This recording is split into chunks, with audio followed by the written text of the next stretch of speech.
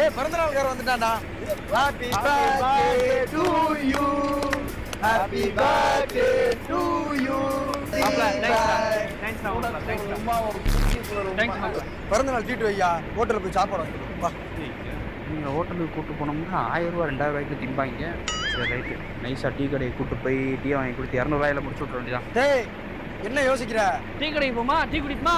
ஐயா அதெல்லாம் முடியாது, எனக்குலாம் ரொம்ப பசியா இருக்குங்கடா. டீ குடிச்சிட்டு அப்புறம் யோசிப்போம்டா. சரி வா. என்ன வேணுமா சாப்பிடுங்க.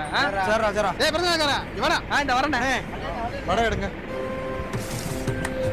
A few moments later. சரி நான் வரேன். வாங்க. சாப்பிட்டீங்களா? சாப்பிடுங்க.